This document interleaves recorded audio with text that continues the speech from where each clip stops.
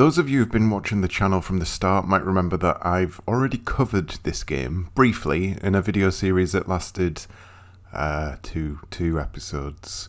It was called Quick Shots, and the aim was to mop up 5 games in roughly 5 minutes. I thought it might help me rattle through games and keep those with a short attention span entertained with its quick-fire games wheel. Unfortunately, I didn't factor my attention span into that. I ran out of steam on the idea pretty quickly, mainly because I don't think it does any game justice, bad or good. If it's good, I want to really talk about why it is, and if it's bad, I want to lather up in anger oil and roll around with it. So, 3D Deathchase was thrown into that video because, in essence, it's a very simple game, and I didn't think I'd have that much to talk about. But it's also one of my favourite Spectrum games of all time, and I don't feel like I did it justice. So here we are again. First off, I want to get the bad out of the way first, because it's a very minor complaint and one that a lot of Spectrum games can suffer from, especially early games. The sound. It's just a constant noise. It's not something you'd want to ramp up the volume on and really get absorbed in. It's just a consistent drone. But you know what? This game was released in 1983. That's the same year I was born, and in that same year, all of the noises that came out of my mouth are pretty much rubbish as well. This and that. I was a rubbish baby who couldn't even talk, so how can I criticise 3D Deathchase? I can't. But still, that sound. I'm going to turn that off now and switch in some music. You've all heard what it's got to offer, it doesn't really change from there. Gameplay though. Gameplay is where 3D Deathchase shines like a headlamp. You're tasked with tearing arse through a forest, hot on the heels of some guys on a motorbike.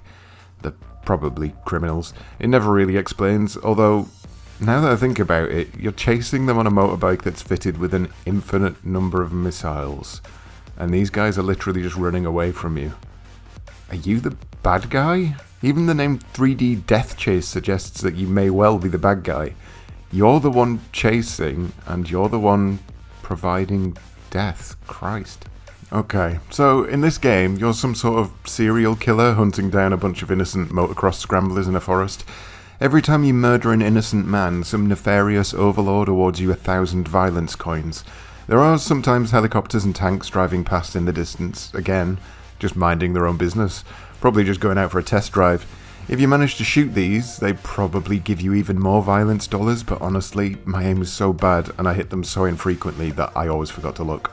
Just as an aside, there is a story here. It's not told within the game, but within the card inlay.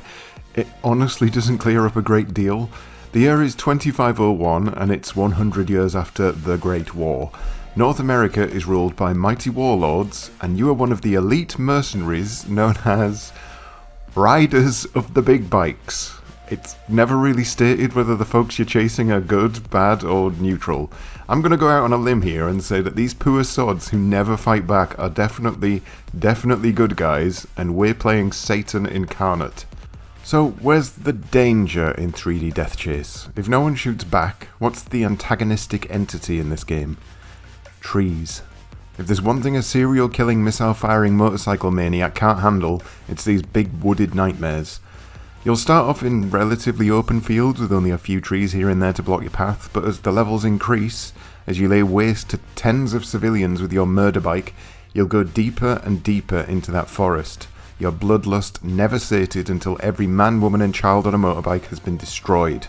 And inside that deep, deep forest there are more trees, and oh my dryad does it get exciting. It's all about the speed in 3D Deathchase. Speed is what you need to succeed. To catch up to your quarry, you're going to need to pump that acceleration hard and keep it there. Maximum speed is the only thing that will let you catch up to them. And so you're consistently hammering forward with a genuine death wish. And just take a look at this gameplay. Not only is it fast, but just like the title so boldly claims, it's 3D. Or at least an approximation of 3D, and surely one of the cleanest looking 3D games the Spectrum managed to generate. And the speed. Look at the speed. This isn't a 2 frames per second polygonal walkabout. This is balls to the wall. Ah no, I've hit a tree again, I didn't mean to do that. Excitement.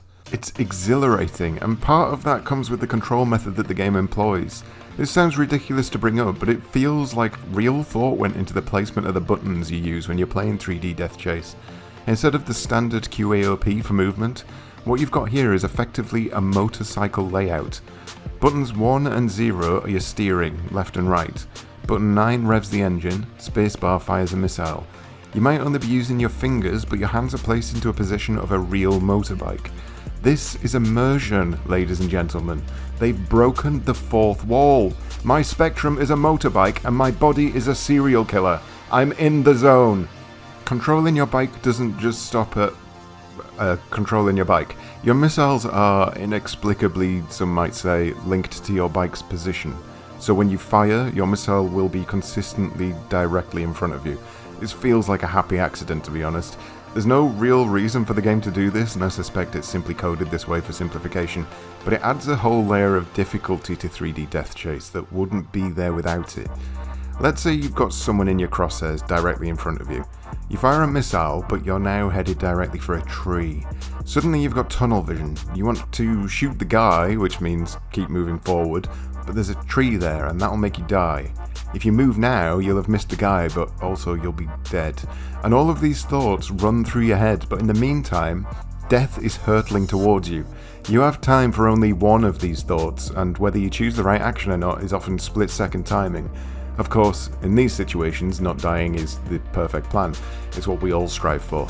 But when you're flying along on a death bike at 1,000 miles per hour and you just really want to kill this guy in a motorbike to get 1,000 murder bucks, sometimes your brain doesn't listen. Your instinct is saying, "Got him! I've got him!" But that big tree is saying, "Nah mate, I've got you." And really, that's what 3D Deathchase has to offer. It's a roller coaster that's been taken off the tracks. You have to carve your way through a treacherous landscape, hone in on your targets, hope to God you can finally hit them square in the back, net some points, and move on to the next level. When you die, you start all over again. That's all there is to it. And yet, 3D Deathchase still feels amazing to play to this day. The simple design allows you to paint whatever scenario on top of all of this that you wish in order to get further absorbed. Maybe you're a stormtrooper rushing through the woods to get to the rebels. Maybe you're James Bond hunting Icelandic spies. Maybe you're Pat Sharp hunting the twins, just like in that recurring nightmare he keeps having. There's not many games in the Spectrum library that I can pin this label on, but this game is cool. Plain and simple, it is cool as all hell. It is fun, it is simple, it is easy to pick up and play and die and pick back up again. It's pretty much a perfect title, and it deserved more than a 1-minute segment in a 5-minute video to say that.